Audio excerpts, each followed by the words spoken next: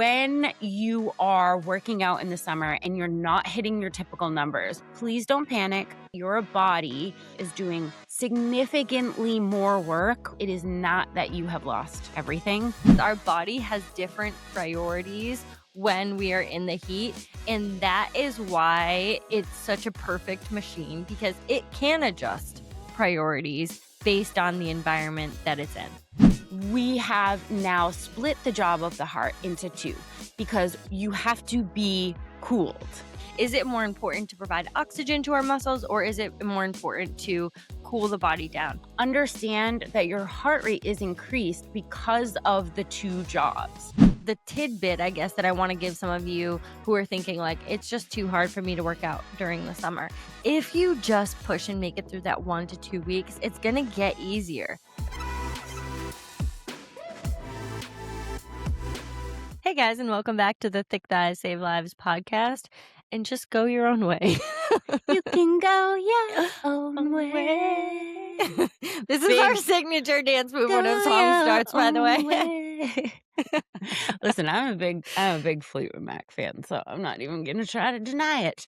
Guys, welcome back. Stood the test of time. Like, has anything else? I recently introduced my 4-year-old to Spice Girls, and that has been an adventure I do not regret. Oh my God, it's like reliving it's Kelsey, like reliving it, and it's a girl band, and it's like, it's so good.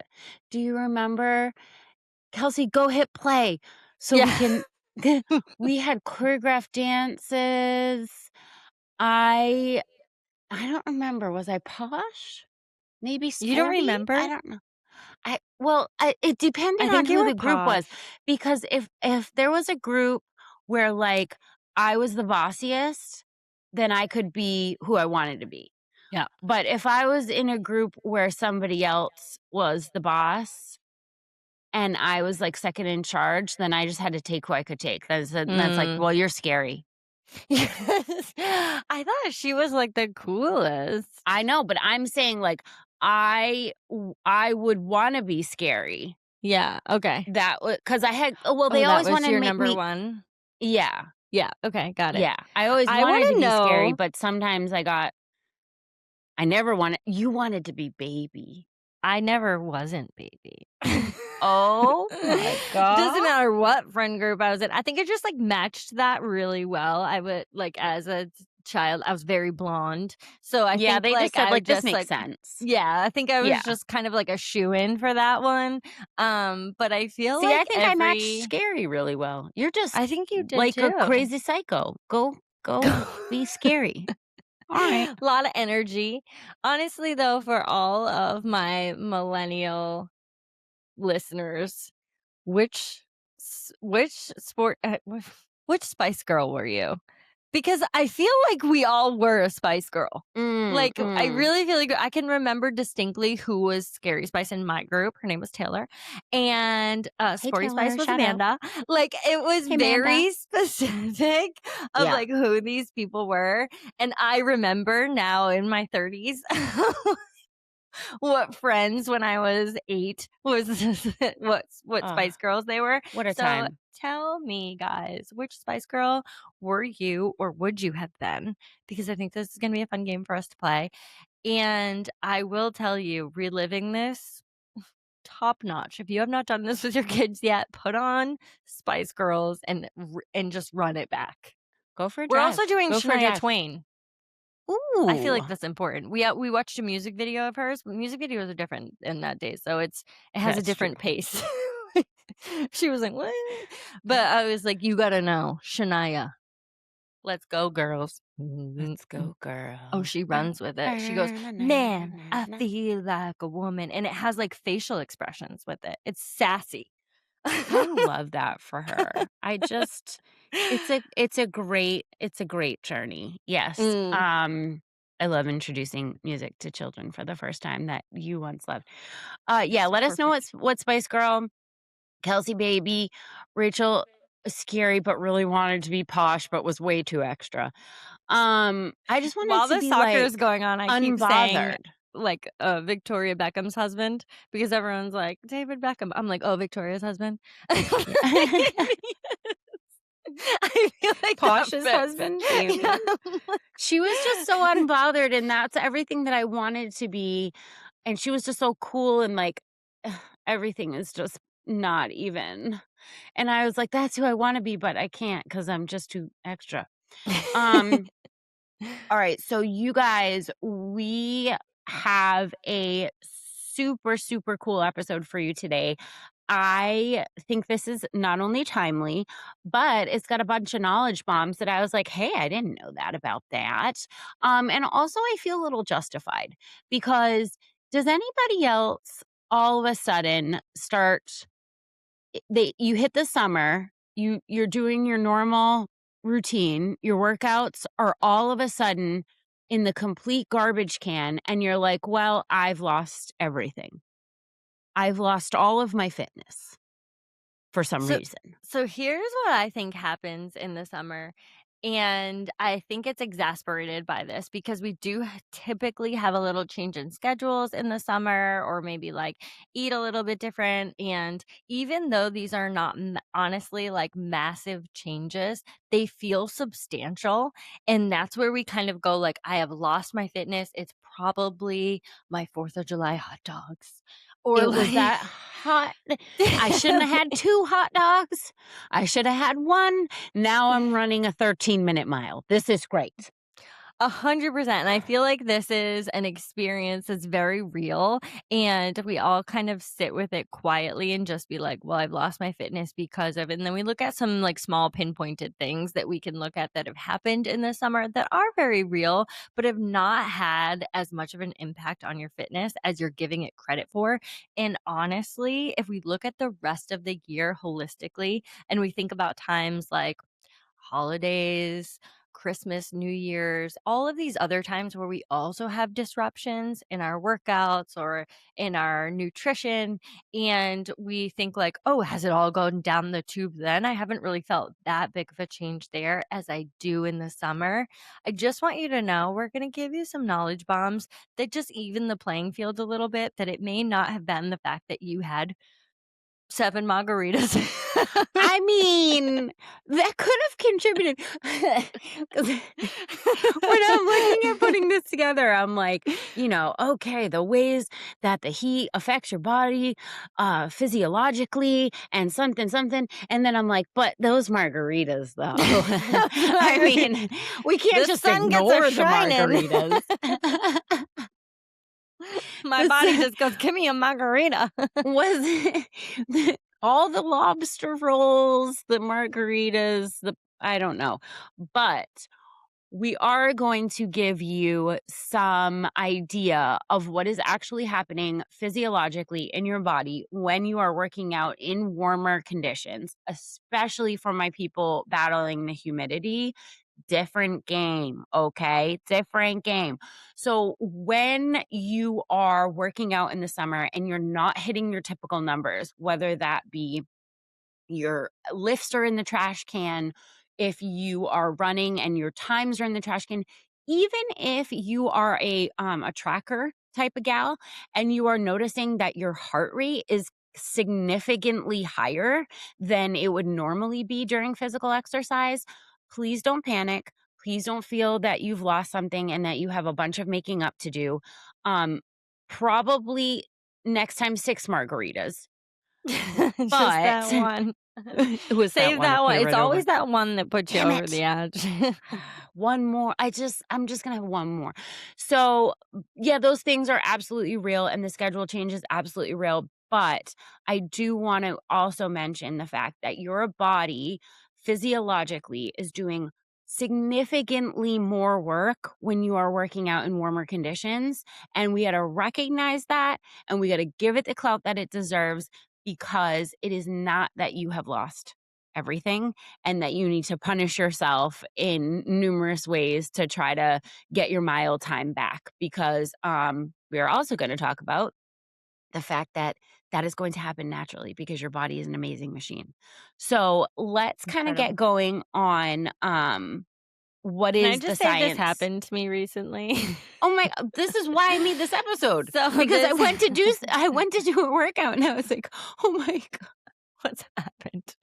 What's happened here in Florida heat is like a whole vibe. I did my 4th of July workout and it started with a 2.5 mile run outside, and it was like 9:30 in the morning, so it was easily 90 degrees, and I was like, "Oh my god," and I didn't even wanna math how that came out to what each mile time that was, 'cause that when I walked in the door and saw how much time had passed, I was like, "For the love." Is that called broken? What did I do? Stop for a sandwich? Like, With a what lobster roll. is going on? And, I had realized too that, some of the other people I was running with who are also, very fit and that I was in a little pod with, I was like, well, what did you do too? Were you taking a sandwich break as well? But everyone is experiencing this because our body has different priorities when we are in the heat. And that is why it's such a perfect machine because it can adjust priorities based on the environment that it's in. So let's talk It's about that for a really little cool. bit. It's really cool. I so the science behind what is happening when you're working out in warmer or hot conditions as opposed to, sort of the normal ideal 70 degrees is, all of a sudden we take a heart that had one job during exercise and we give it two. So basically, when you're working out, your heart's job is to deliver oxygen to your muscles. They are needing it, they are wanting it, and we got to get it there as fast as possible. However, when you are working out in very hot conditions, even moderately hot conditions, um, we have now split the job of the heart into two because you have to be cooled. Your air conditioning system in your body has to turn on because you will overheat. And so now the job of the heart is not only to get the muscles the blood that they need, but also to pump blood to the skin to dump off the heat so that you don't literally keel over and die. So making less blood available to your muscles is why your pace slows down. It's why your lifts feel harder. It's why everything is 10 times more difficult, and it's not just in your head. 100%.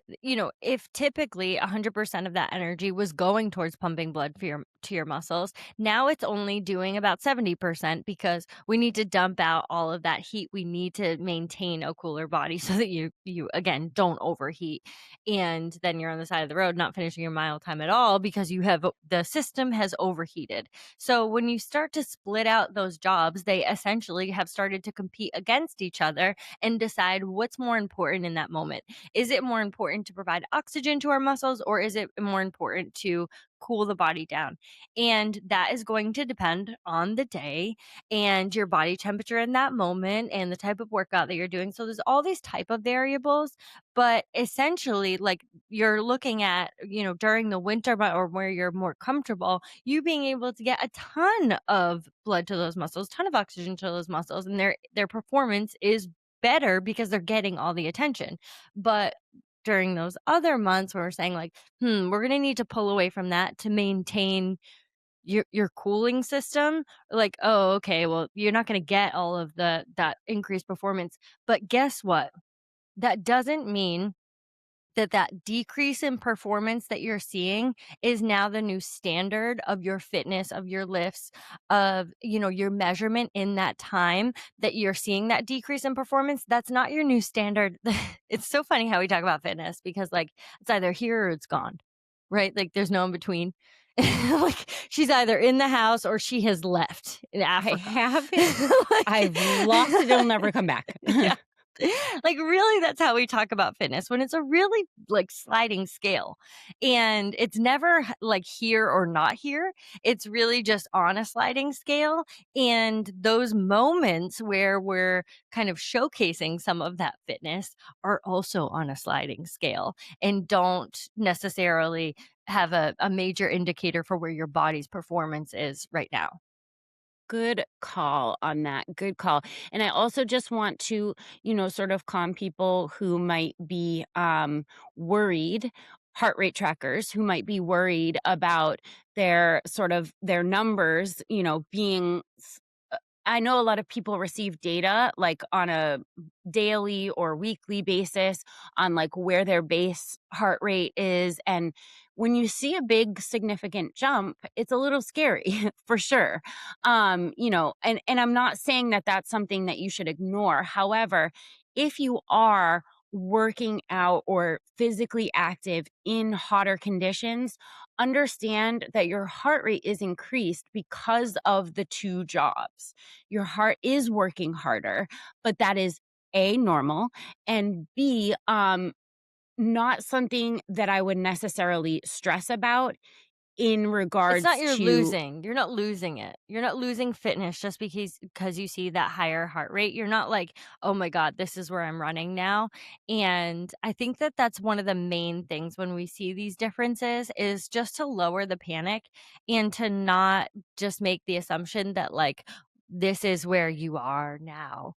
Because we do have some good news at the end of this with the body's ability to adjust. the acclimation that the human body can do consistently blows my mind. I know that we have done several podcasts where we have kind of highlighted as a womp womp because, when you talk about like metabolic adaptation and things like that, it's like, damn it. But in this case, the acclimation that your body is able to perform when you consistently work out in the heat is literally mind blowing. Because if you are, just hitting the big heat of your summer right now and you are like, well, this is going to be forever. I'm just going to have shitty performance for these hot months. Good news. Nuh-uh. No, nuh I also wanna say that, this came to the forefront a lot when the Olympics were happening, where some, other countries who don't have so much air conditioning as we have here in the United States, and some of the athletes were like, "Wow, America, like, your air conditioning is wild, like, it's so awesome." Meh, not the Olympics, I think maybe it was the World Cup.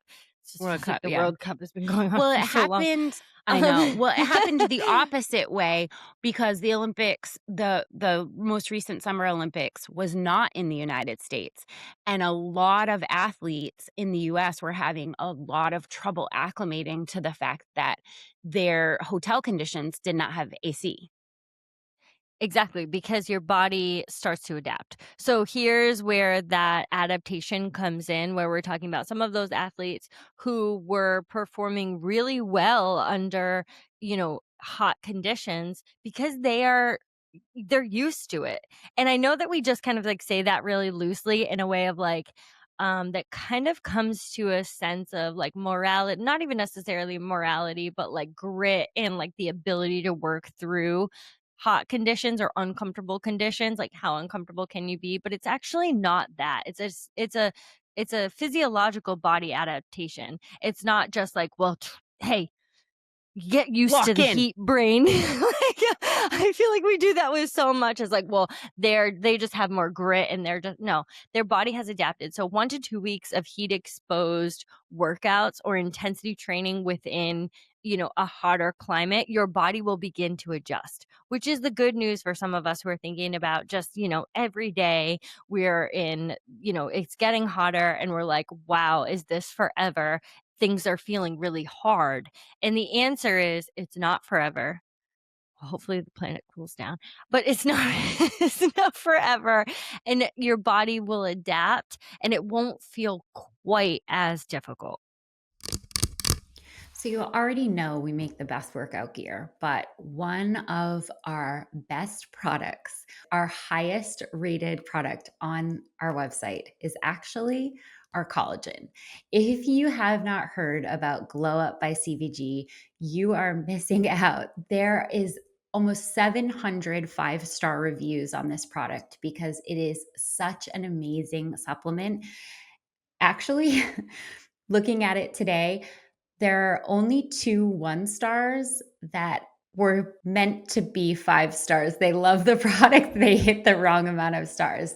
This is one of our most popular products for a reason. It dissolves like no other collagen. It's type 1 and 3. You're going to have healthier skin, better joint mobility.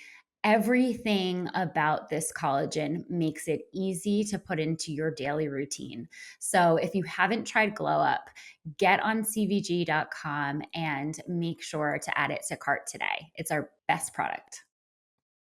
A couple of science bombs that happen when you are consistently working out in hotter conditions, and it's honestly wild how quick that happens. 1 to 2 weeks of consistent workouts in hot, yeah, your body already is going to literally upgrade. It's going to expand your plasma volume. It's going to start sweating earlier into your workout purposefully. It's going to produce more efficient sweat, and then it's going to lower your heart rate even under the same workload. So all of a sudden, you are seeing those skyrocket heart rate, like where you're like, oh my God, what is going on? Am I having a heart attack? 1 to 2 weeks later, all of a sudden that levels out. And so in everything's the same, except you're not the same because your body has literally upgraded on demand. It's upgraded its cooling system and said like, "Oh, it's really similar to what we are talking about every time we talk about resistance training. You provide a stimulus, your body says, "Oh damn. Oh damn, girl, is this going to be how it is now? We're going to have to lift 130 pounds every day? Well, better upgrade then."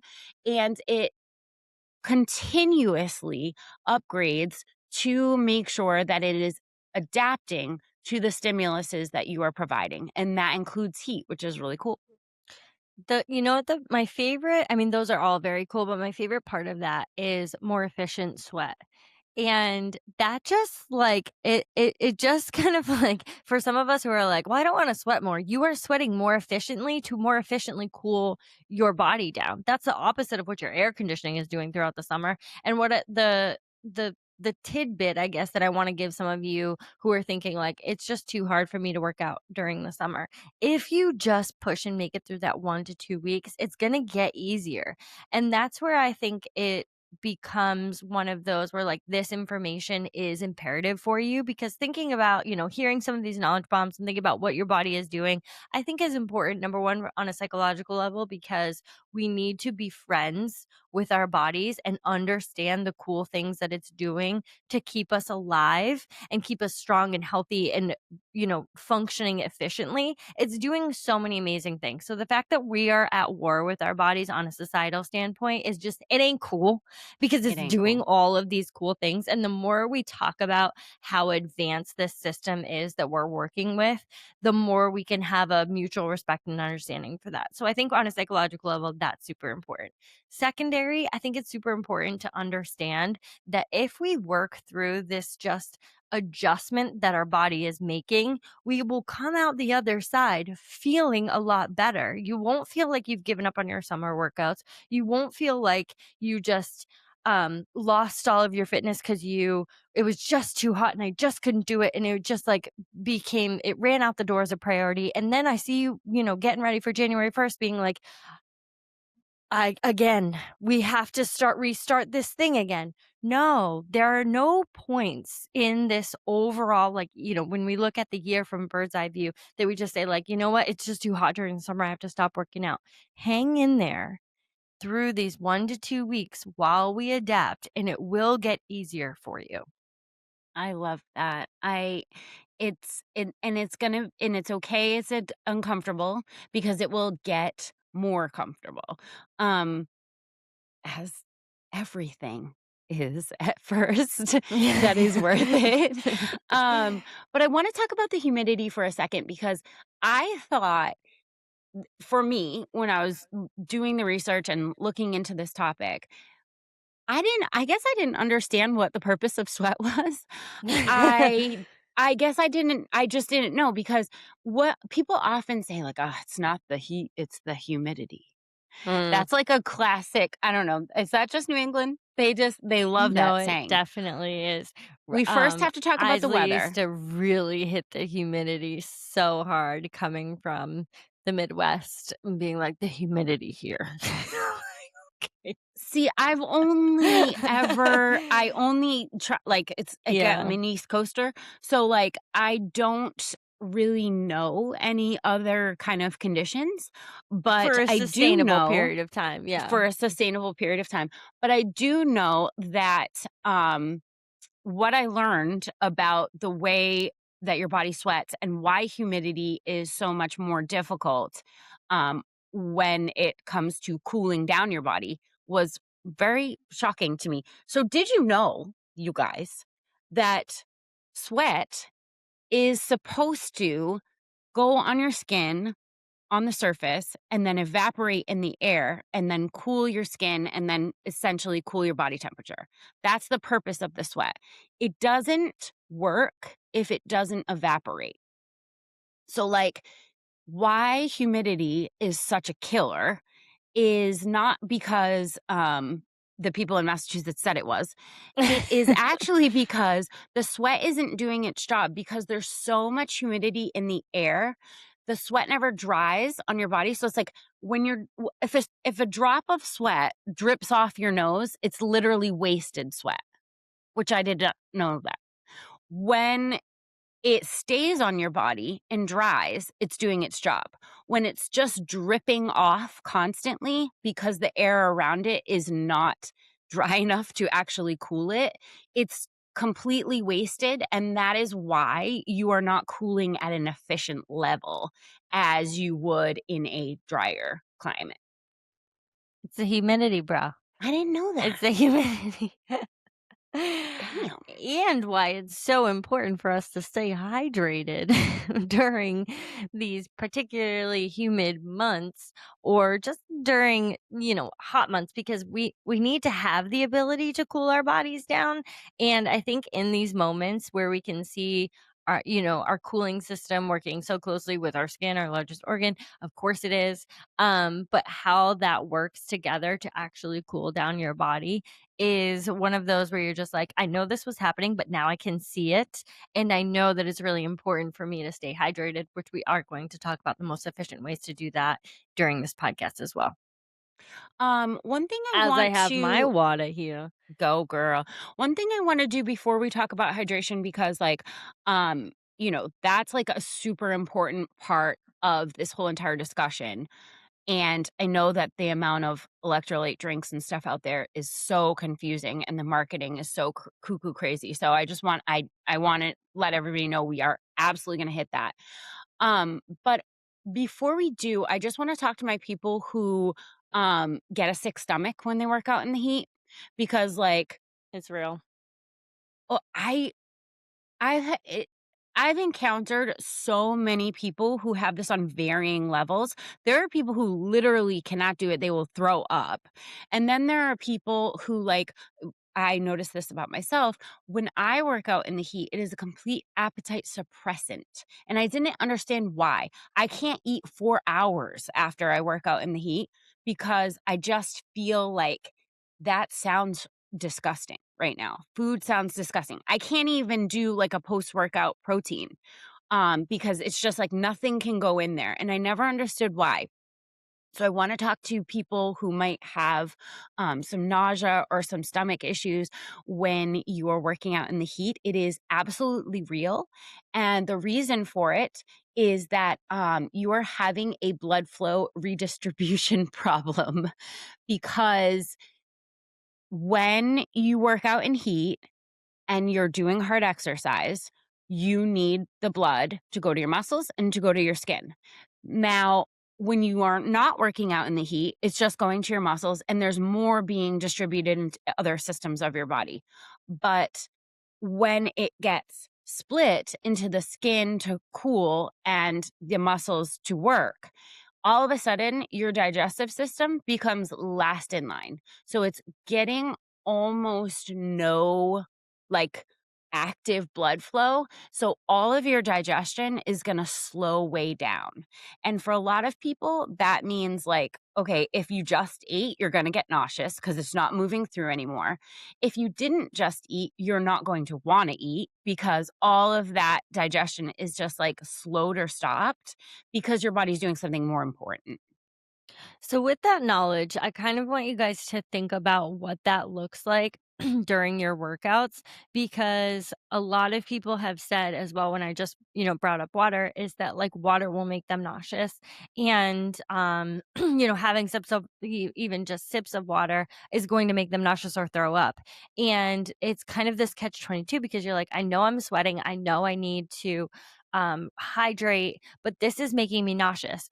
You need to think about a sink that's kind of like plugged up or draining very slowly. If you put something on top of that while it's in like a washing machine, like it's not draining, it's being shaken all around. Like yeah, it might come back up. Like, the likelihood of it coming back up or, having, some cramping or stomach issues, but nauseous or throwing up is probably the number 1 and 2 that are happening to people in the heat, and you just have to understand when your digestion is slowing because we tend to keep the same routines that we have all year round and just carry them, right into the summer. So if we have, a specific time that we eat during our workouts that the rest of the year is fine, but you find yourself feeling nauseous in the summertime when you're using the same formula that you have for the rest of the year. And you say like, I eat at 3 and I work out at 4:30 and like usually I'm fine. And all of a sudden I started feeling more nauseous. I can't have any water. Like that's very real. You're not just crazy and all of a sudden you're a person. I work in extremes. So like all of a sudden I'm a person who gets nauseous in my workouts. This happened to me and I said that. I said when I had to go outside, I was feeling so nauseous. I said, I'm so out of shape. I'm a person who throws up now. Now I'm just a person who throws up. Like, I've just decided that because during this particular workout, whatever happened during that, I'm a person that now throws up during my workouts. And for me, it was a very similar thing. I was having too much water too close to when I was working out. So, like, I would find myself not having enough in the morning or like early afternoon and knowing that I was going to work out, later afternoon and chugging a bunch of water. So now I've filled up my tank. My digestion is slowed, and I'm like, and now we're gonna go really hard, and hopefully none of that comes back up. Like, It's the no, sloshing. it's the sloshing. Oh my god. And everybody who has experienced it knows about the sloshing. Like, it is the worst feeling during a workout. And yeah, it is the result of trying to hydrate at a point where nothing is moving through. So, that's why it sloshes. And I wanna just give some tips if you are one of those people or if you've experienced that and you're like, "What am I doing?" Definitely, you gotta change your systems a little bit. If you are a person who is having trouble acclimating initially to some harder workouts with, like, your stomach, change your eating times. Make sure that you are eating well in advance and hydrating well in advance. That system of like, let me oops, I forgot to drink water all day, let me drink a bunch and then go work out, that's probably not gonna be it. That's Not not this gonna time of year. that's not gonna work particularly in the summer, and that's why we're gonna go into some hydration tips that you can implement to help you stay hydrated in the summer or help you stay hydrated in some of these warmer climates, whether it's the summer or not. But these are honestly like do's and don'ts for the types of hydration. But the number 1 tip that I found that I just wanna just share with you guys, particularly for the summer, because that's me. I typically drink coffee in the morning, I don't care. Fitness influencers, I don't care. I don't care. I don't care. I don't care. If you had to wake up with a 4-year-old and an 18-month-old today, I don't care. Like, I will have my coffee. So I typically start with coffee first, and I'm not one of those who will go to water right away. I just like sip on my coffee, and then like when I get to water, I get there, and then I just try to go hard for the rest of the day. And I've found that in the summer, that's not effective for me. Do I lose my coffee? No, no. No, no, no, no, no. Don't That's you not dare. it either. Don't you Don't you touch that. dare. Hands But I off. have hands off. I've set out a goal to have a sip first thing in the morning, and that can be along with my coffee. It doesn't need to come in like just before. It's like not that serious. It just has to be within my first cup that I'm having. It just needs to be a first sip then, because I've noticed that I'm then more likely, because that's when I fill up my water, I'm then more likely to carry it around with me and finish that vat. This is my goal vat, which is now empty. It's before noon, one of these. So that's what, like, just as a loose guideline for the rest of you, if you have a water in there, if you're someone who's coffee, tea, whatever in the morning, if you just go through your whole coffee phase without having water, you're so much less likely to start your hydration in the day, that if you just can insert some of that in there, you might just reach a goal like this. You might And then it's just not a reach to slosh go. fest right next to you. Not a slush fest. I also wanna mention, 'cause I know that, some people could benefit from this for sure, that, I know that when it's really hot, you think, like, 900,000 ice cubes is gonna be, like, the way to do it, but, there's a lot of studies showing that, when your digestive system is being redistributed and you're not having as much blood flow to that system, it's actually, for a lot of people, more beneficial to drink like room temperature water. And I know that that sounds gross a little bit when you're like in this hot workout or whatever. But if you are experiencing that sloshing, try a few sips of just like a room temperature when you're working out rather than ice cold, because it's going to take a lot more blood flow and distribution to the digestive system to To warm warm it that. up, yeah. Hmm. Yeah, you're closing the gap. Like, listen, your body is so hot. You're drinking ice cold water. These are 2, like, they're just very far away from each other, and it might feel good in the moment. I totally get that. But it might be more beneficial for you to just chomp on ice cubes if you want some of that cooling, rather than just, like, filling your body with the water. I know that. Chugging it. Yeah. Yeah, because, like, then it has to, like, essentially warm it up to digest it, and then it just, like, everything's a little bit slower, when you're like, This could feel good, but, like, does it if it just comes back up?" Like So, all right, I want to talk about hydration Ice right cubes are now big in my house right because now. Just ice cubes are saying. hot. They're big. They're really They're big. having a moment. They're having a moment. So, my son calls them cold. So if you open the freezer, cold, and he has to have that, so he has Have an ice that. cube, have that, so he goes cold, and then he just goes around, like, eating it, I don't know. Nice. Because Boomer Nice. eats it, so he just when Boomer's ready, he then gives it to him. They're best buds. Listen, the amount of I still can't get my kid to eat anything below room temperature. So that's not He has it, a thing with the cold, doesn't like the cold. I'm here for it. It bothers my Um 4-year-old on a daily basis, I think, that I Rachel's can't watch son someone else doesn't crunch on ice. That is doesn't have ice literally cream. like a sensory, like, I can't if someone's chewing on ice, I have to leave the room. Like, I can't do that noise for me. That's crunching in snow for me. Like, I can't Mm, those are noises that I can't do them. Alright, so let's talk about hydration because super common for people to wonder about whether or not they should be adding things to their water, especially when they're working out in the summer. Is this necessary? What are the things that we should be looking for ingredients wise? What are the things we should be avoiding ingredients wise? So let's first talk about it. Obviously, we know that when you're sweating, you're not just losing water, right? Like think of it like draining a pool. It's all the chemicals that are in the water too, right? So like your chemicals that are in your water are sodium, chloride, and potassium. There's varying amounts of each of these, but sodium is the major factor in what you are losing when you sweat.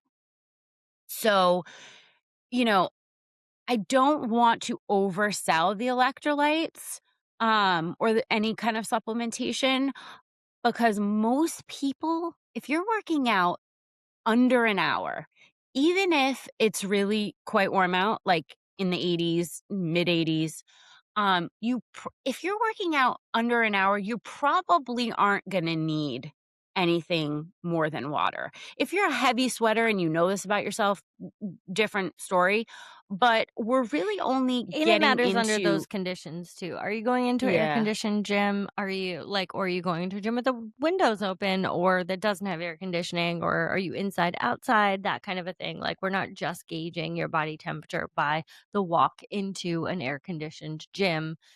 There's a lot of variables in there when we're talking about the types of hydration and the types of workouts that you may need. When I'm saying like supplementation, like what else you may need for a little additional help for your hydration. Definitely. And you don't wanna be taking in unnecessary electrolytes, only because, You like, it's definitely wanna be expensive. taking in, unnecessary sugar. This is Mm. callback to the rest of the millennials when we were told we had to have Gatorade at every sporting event because we needed to hydrate. It's just like, that's not true. We're gonna go over some science behind that and what to look for in some of these, but that was clever marketing. Very clever. Very clever. You got one over on us there. Yes, there are essential electrolytes that are lost during sweating. No, they are not in the kinds of volumes that would ever justify like 90 grams of sugar. um, and blue dye 40. And But okay, so if you are going to be in a heavy sweating session or you're going to be working out for more than an hour or you just know yourself and like the type of workout and the type of person you are, you're going to be losing a ton of sweat.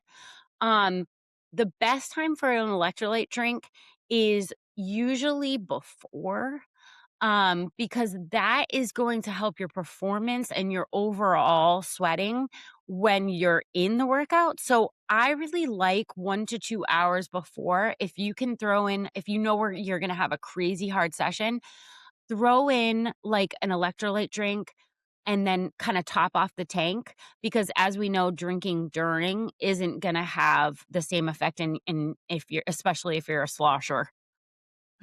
Yeah, especially if you're a slosher. So the reason why we're saying like 1 to 2 hours before is that like you want to be able to use this like replenish. You want your body to be able to function at its highest potential, right? So when we're looking at like prior to your workout and like how we can kind of like maximize your body's overall performance and the distribution of resources that it has and needs and can give to your muscles. That's what we're looking at. Like we starting beforehand so that you're not starting with something like muscle cramping or like from lack of hydration that should have happened before. So of course, when you're thinking about like after, yeah, of course we're looking at replenishing, but we're kind of looking at tomorrow's workout, like what we have in stores for tomorrow. So yeah, 1 to 2 hours before.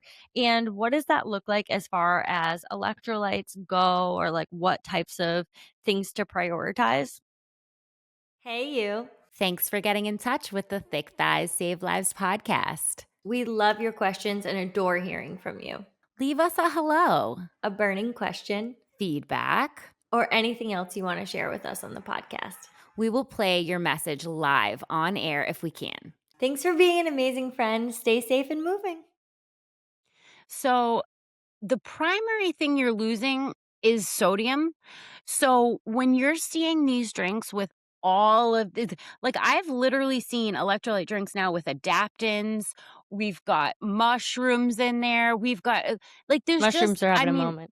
I listen, I'm not mad at mushrooms or anything, but all I'm saying is that we're probably paying 4 times the amount when really all we needed was some salt water. I know, So, right? yes, there's clever marketing that is going to, say like, "Oh, you need magnesium, you need calcium, you need" realistically, Which is all good. It's all good, but like it's what are we not bad. prioritizing? Yeah. Exactly. If you're prioritizing one ingredient and you're looking at a electrolyte drink, you're turning over the back and you're saying like, "All right, what does this have in it? I need it to have sodium." And because that is proven in every study as the most important and most lost electrolyte when you're in these heavy sweat sessions. Yeah, so you're looking for chloride, potassium, magnesium, those are all good. Calcium, those are all good. But what you are looking for and what you're looking to avoid is obviously we're looking for sodium in there, but what we're looking to avoid is higher sugars. And again, clever marketing has really done an excellent job. You got to give props to where props are due because we've kind of convinced people that if you are doing, physical strenuous exercise, that you need some, high sugary items to then replenish your body. And that's not true. Those are really on an emergency basis where your blood sugar has dropped, significantly and you need to we need to get it back up on a quick pace, and that's really just in an emergency. That's not in a normal, in our planned, "This is how I'm going to hydrate." That's not within those contexts at all. We're not looking at, like, major blood sugar drops or we just, like, need to get it back up. So, what you really wanna look for when you're looking at some of those ingredients is you're not looking for high grams of sugar. Anything over 30 grams of sugar is a hard no from me, and is very, very unnecessary. So those are most Gatorades. Something that I wanna plug real quick is that, again, clever marketing with some of those that say zero sugar Gatorade drinks. No. What they're meaning is they have replaced the type of sugar that they're referring to with an artificial sweetener, which is just as bad, if not worse, because your body has a really difficult time identifying and metabolizing those sugars, and then it increases cravings for the future. So don't be fooled by this like zero sugar marketing when you can see a very like Gatorade sweet drink like that, and you just know it has an artificial sweetener instead of the sugars. They've just been replaced and it's not superior for your body to have those artificial sugars. It's not If it tastes I've sweet had and to it say says this. 0 sugar, Yeah. then there's something else making it sweet. And just like in general, it's not necessarily that those things are inherently bad in small amounts. It's just that, do we need it? Do we need it though? We're just And not that's prioritizing it. I'm always saying, like, we're gonna drink it. Like, you know what I'm saying? Like, if you want to have something that's like higher in sugar contents or like, a quote unquote sweet treat or something like that, I'm not drinking it in a Gatorade. I have ice cream to get to. Like, have you heard of ice cream though? I like, mean, Jesus. much, much more fulfilling. Not even close. It's not even close. So, yeah, and the other thing, that you could try to avoid when you can is if an electrolyte drink has an artificial coloring in it, it's again, it's not that these are inherently bad or dangerous in small doses. It's just that why? It's not adding to your hydration to have it be like shock blue, liquid green, slime green. Like, Like, that's not why? making you any more hydrated. So, like, just why? Yeah. Um, that's kind of where I'm at with it. If I'm gonna have an artificial color, it's gonna be in my ice cream. I Did I know mention where my it's ice coming cream? from. I will tell you the 2 things that I have during these higher summer months is, like, I will put salt in my water, and I will have coconut water. Those are 2 things that I generally have through these hotter months that are good. They're not gonna have any of these, like, crazy dyes in them. They're not gonna have high, like, sugar. Not It's giving you what you need to replenish hydration without all of the other shit, essentially. Absolutely, absolutely. And I love coconut water, but I do just want to remind people that coconut water is replenishing a ton of potassium, which is an amazing, important electrolyte, but it's pretty low in the sodium area. So, although, like, pre and post, it's great, but just remember that sodium is kind of the number one thing you're looking for if you're talking about replacing electrolytes in a very tough, sweaty workout. But yeah, I love coconut water. It's also got some magnesium in there, so it's like it's a really nice, well-rounded drink. It just might not be enough on the sodium for a lot of heavy sweaters, so just keep that in mind.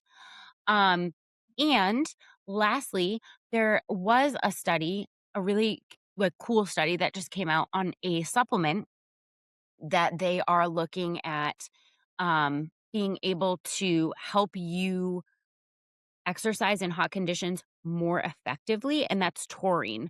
So that is just an amino acid that, I actually think we have taurine in the, in our collagen, don't we? I don't I know. don't have a bag right here, but I'm pretty sure we do.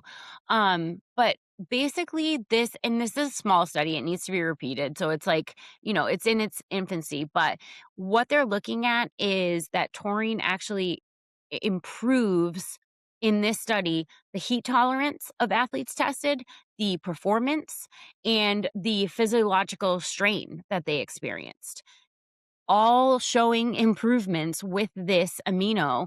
And it's kind of cool because you can take it in multiple forms. Again, I think it's in the collagen.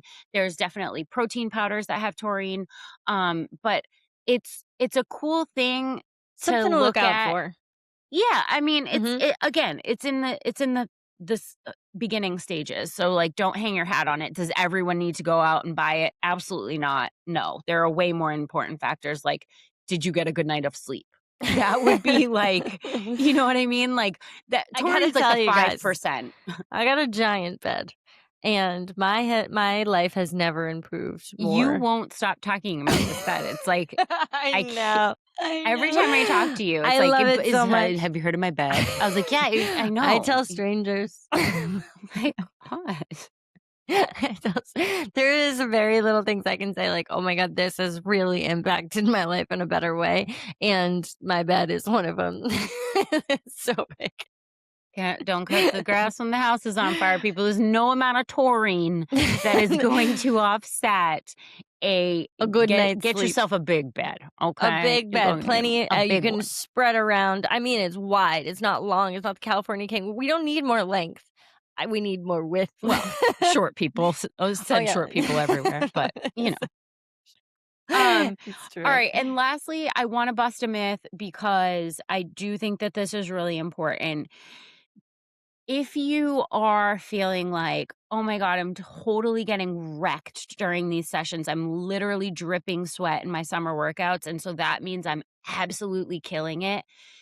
Uh, I mean, you are absolutely killing it because A, you showed up, and B, you showed up in difficult conditions, and C, you did your workout. So, however, I just want to make sure that we're not confusing sweating with fitness because those are 2 different things. You can go in a sauna and sweat, and you're not getting any fitter.